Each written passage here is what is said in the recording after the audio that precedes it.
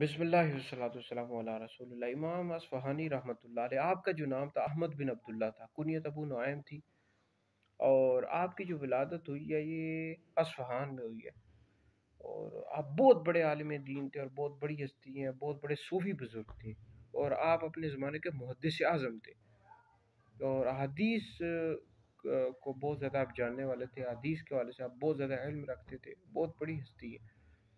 اور آپ کی جو سب سے زیادہ مشہور کتاب ہوئی ہے وہ ہے حلیۃ الاولیاء، اس میں احادیث بھی ہیں، اور نبی کریم علیہ السلام کی احادیث ہیں، اور اس کتاب کو بہت زیادہ شہرت حاصل ہوئی ہے حلیۃ الاولیاء۔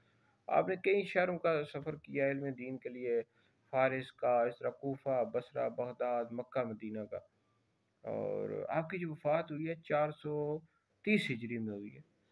اور ہمارے اکابر جو اسلاف ہیں، بزرگوں نے انہوں نے لکھا ہے کہ آپ بہت بڑی ہستی تھی اپنے زمانے کے، بہت بڑے عالم، بہت بڑے محدث، فقی، صوفی بزرگ تھے۔ اللہ تعالیٰ آپ کے صدقے ہماری مغفرت فرمائے۔